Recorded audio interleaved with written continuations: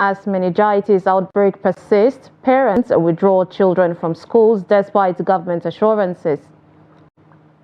The CBN governor warns of rising national debt. After meeting with Kano State Governor, Daurawa returns as Hisbah commander. On the international scene, Haiti gangs attempt taking over main international airport as security deteriorates.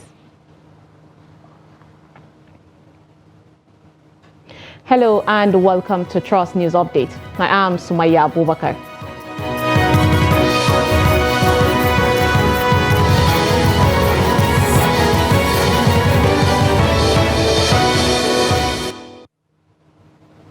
Thanks for joining us, and now the details. We'll start with health. Residents of Gadaka town in Yobe State have expressed worry following the recent meningitis outbreak in government secondary school Gadaka area of Fika local government area.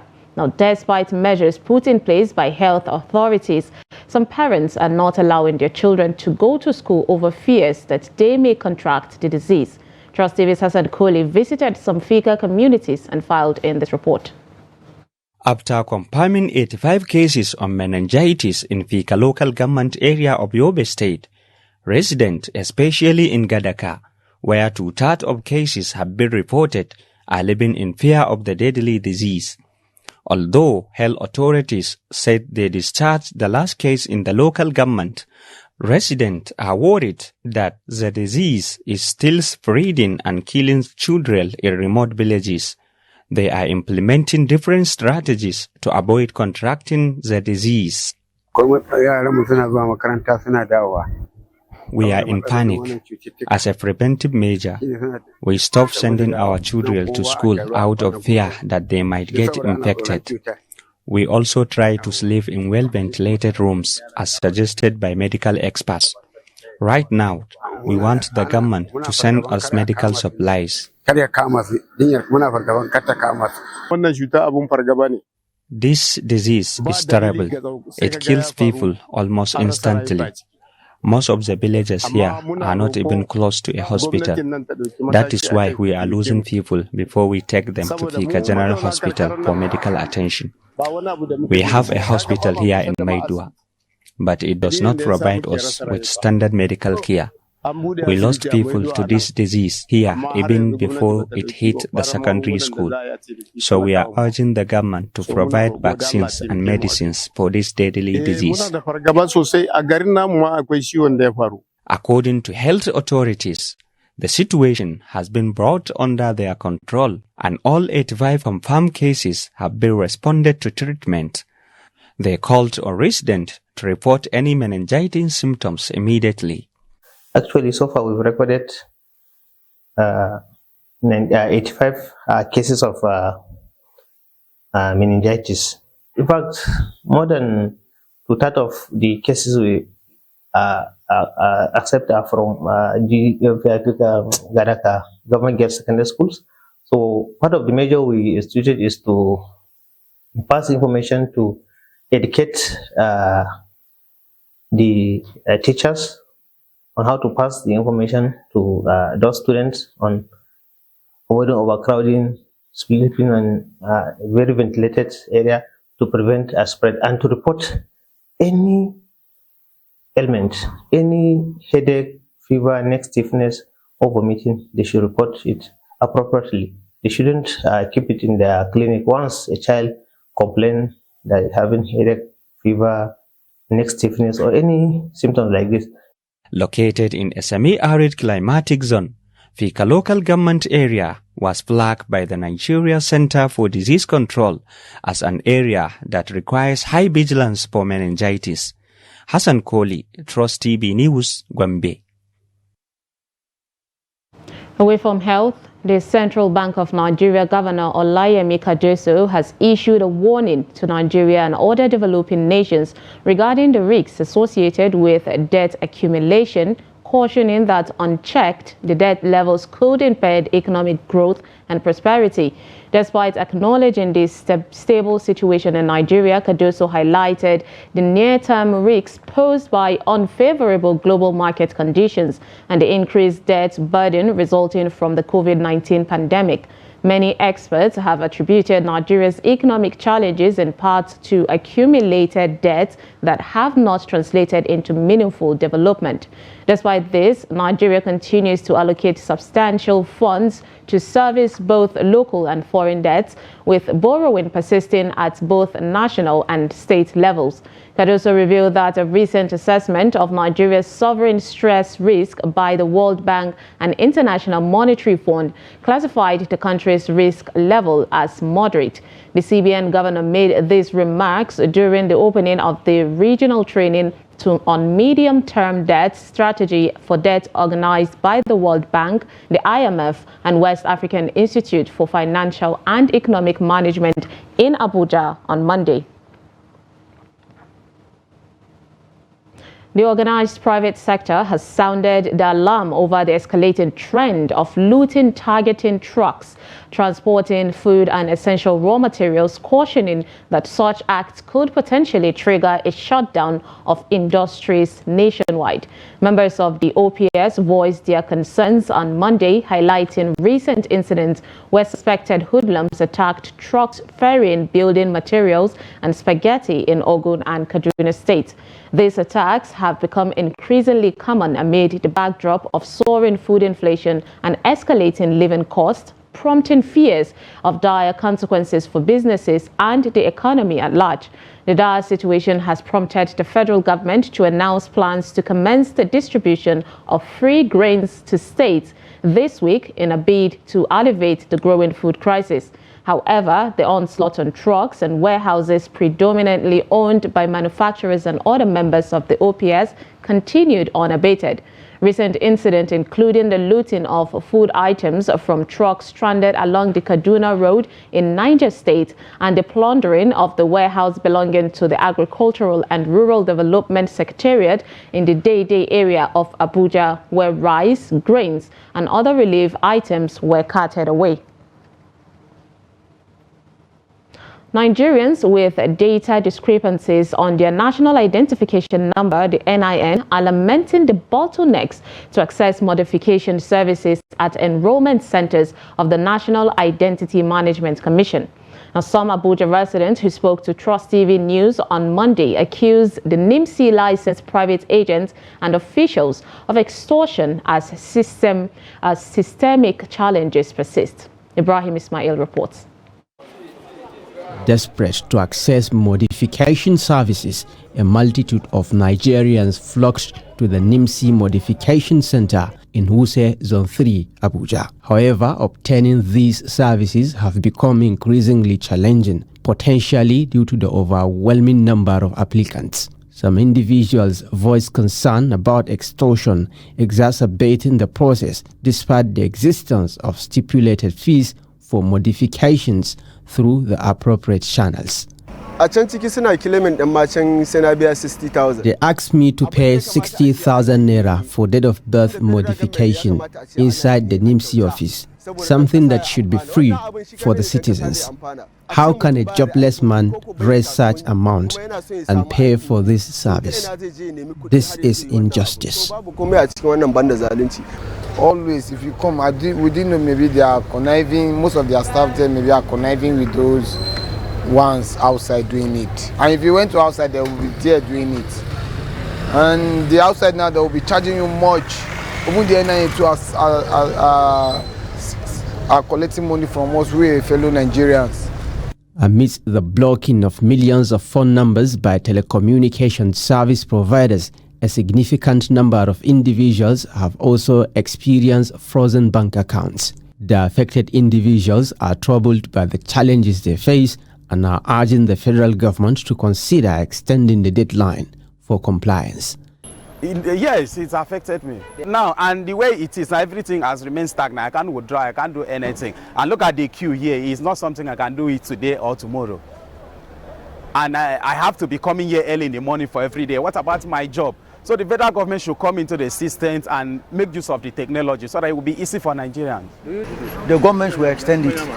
And then I had a complaint that some people are coming from Kogi, that they should come to headquarters. It's not done like that. Why will you come from Kogi to come and do this verification? It's not done like that. They should at least pity people. I had a guy who is complaining he has spent a week here. On its official website, the National Identification Management (NIMC) said it has zero tolerance policy towards all forms of vice like extortion and unruly conduct. Nigerians who fell to victims of extortion by the Commission's officials and private agents have called on the Commission to walk the talk by investigating and bringing the perpetrators to book. Ibrahim Ismail, Trust TV News, Abuja. As a result of increased public outcry over alleged illicit activities involving the point of sale, the POS machine operators, and certain police officers, the Nigerian Police Force has reinforced its bans on the use of POS machines and other electronic mobile money transaction devices within police stations and other facilities nationwide. A statement by the Force Public Relations Officer ACP Olumoyiwa Dejobi said the ban is aimed at safeguarding the integrity and security of police operations while curbing corrupt practices and maintaining discipline within the force. The statement added that despite previous directives, some commands and formations have continued to flout the regulation, prompting a stern warning from the Inspector General of Police, Kayode Egbetokun, of severe sanctions on the leadership of non-compliant units.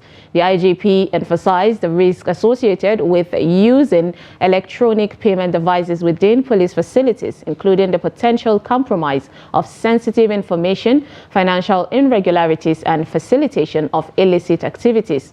The IGP said any police officer or POS operator found contravening the ban or engaging in illicit financial transactions will face appropriate disciplinary actions.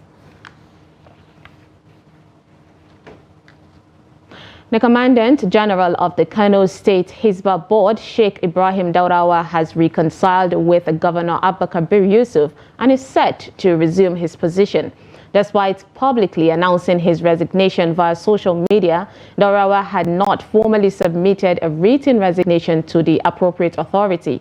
However, on Monday night, Daurawa met with the governor accompanied by respected personalities. Following the meeting, it was agreed that Daurawa would return to his position with his resumption scheduled for Tuesday, according to government sources. The Kano State government had actively sought to bring Daurawa back to his role, deploying a delegation of influential Islamic clerics and sending prominent figures such as the Speaker of the Kano State House of Assembly, Jibril Falgore, and the Chief Imam of the National Mosque, Abuja, Sheikh Ibrahim Makari, to persuade him. Governor Yusuf had previously criticized the approach of the board's Operation Kauda Baudala aimed at combating immorality in the state. The All Progressive Congress, alongside its candidates in the Bayelsa State's governorship poll, Timipre Silva, has praised allegations of bias against the Election Petition Tribunal in Abuja. They have called for the immediate disbandment of the tribunal, chaired by Justice Adekunle Adeleye, and the formation of a new panel. The APC and Silva are contesting the re-election of Governor Doye Diri and his deputy, Lawrence Elruk Jakpo, in the November 11, 2023 governorship election. They argued that the tribunal had shown partiality, casting doubts on its impartiality in adjudicating the case. Now, following the declaration of Governor Diri as the winner of the election by the Independent National Electoral Commission, tensions have escalated, with the APC and Silva contesting the result and seeking redress through legal channels. The outcome of these disputes could have significant implications for the political landscape in Bayelsa State.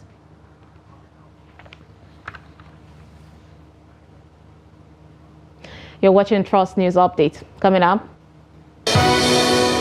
As temperatures continue to rise across most parts of Nigeria, health experts are cautioning citizens to take precautions to prevent ailments. This and more after the break. Stay with us.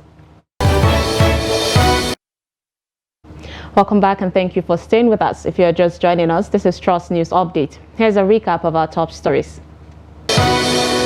Robot US meningitis outbreak persists. Parents withdraw children from schools despite government assurances.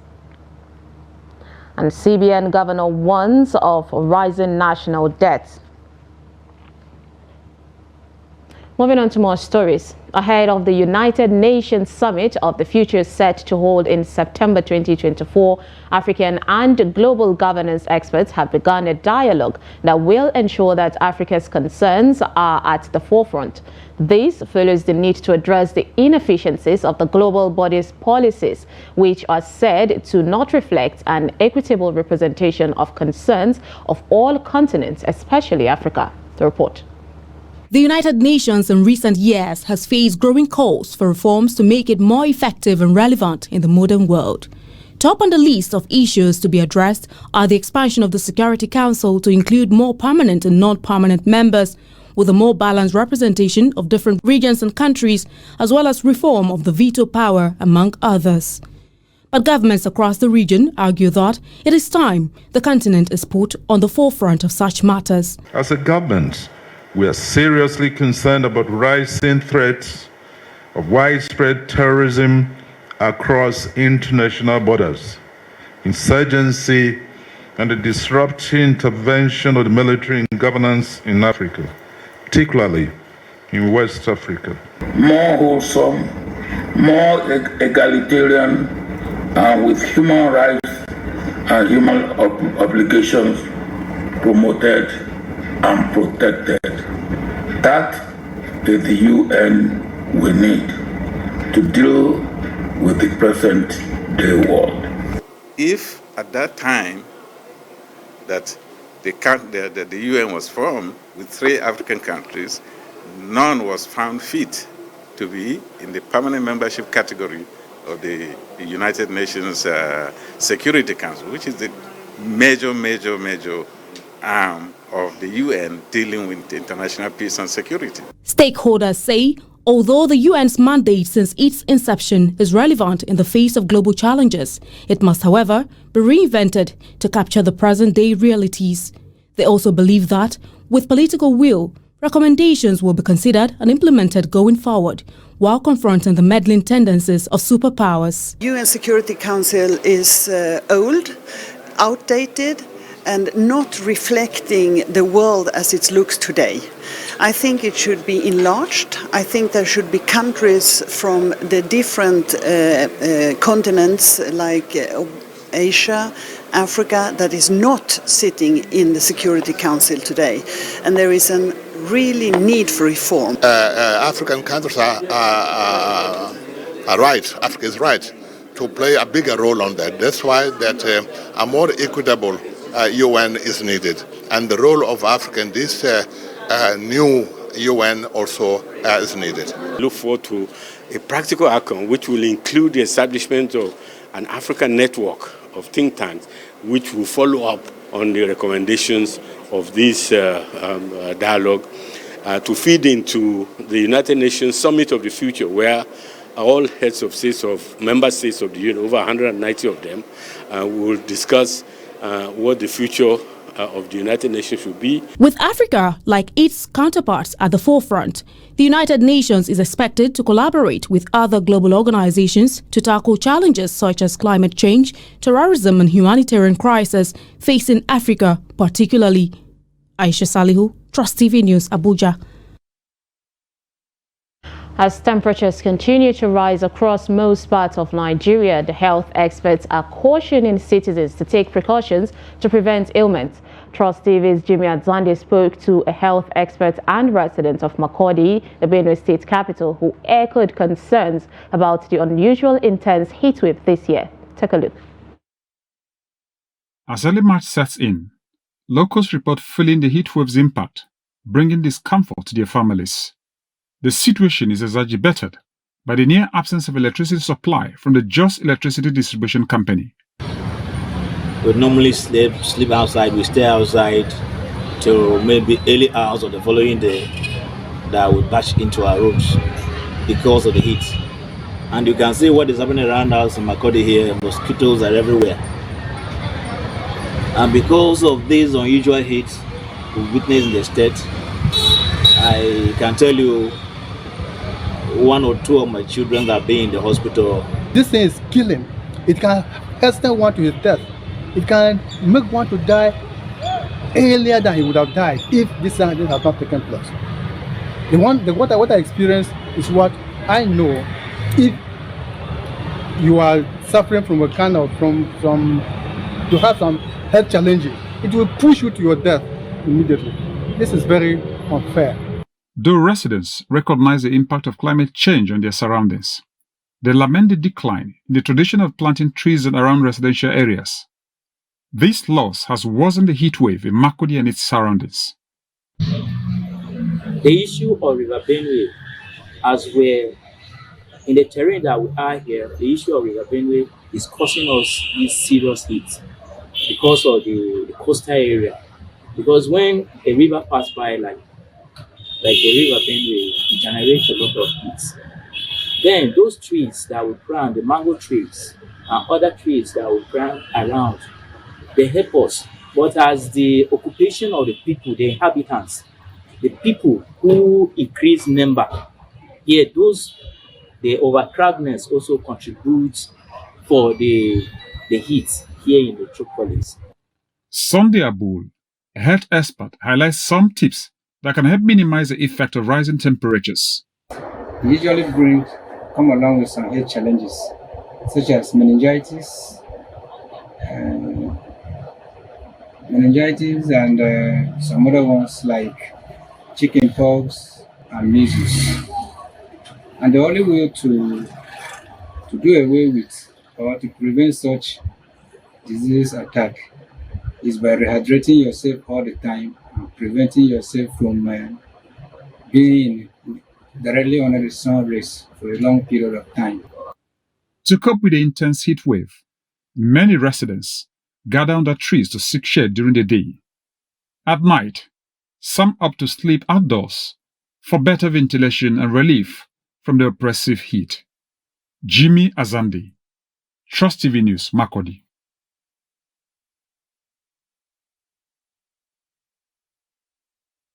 From the international scene, heavily armed gangs made a brazen attempt to seize control of Haiti's main international airport on Monday, engaging in a violent exchange of gunfire with police and soldiers.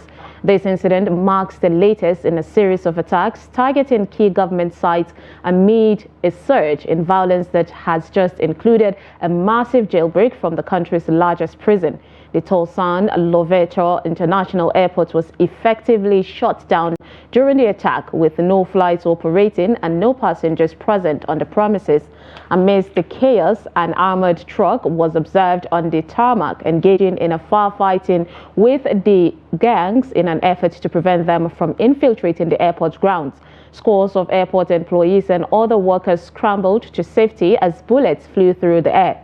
This assault stands as the most significant attack on Haiti's airport in its history. Just days prior, the airport had experienced a brief but alarming incident of gunfire, though gangs had not breached the airport security nor attempted to take control until now. The attack unfolded shortly after Haitian authorities imposed a nighttime curfew in response to escalating violence, including the mass escape of thousands of inmates from the country's largest prisons over the weekend, orchestrated by armed gangs.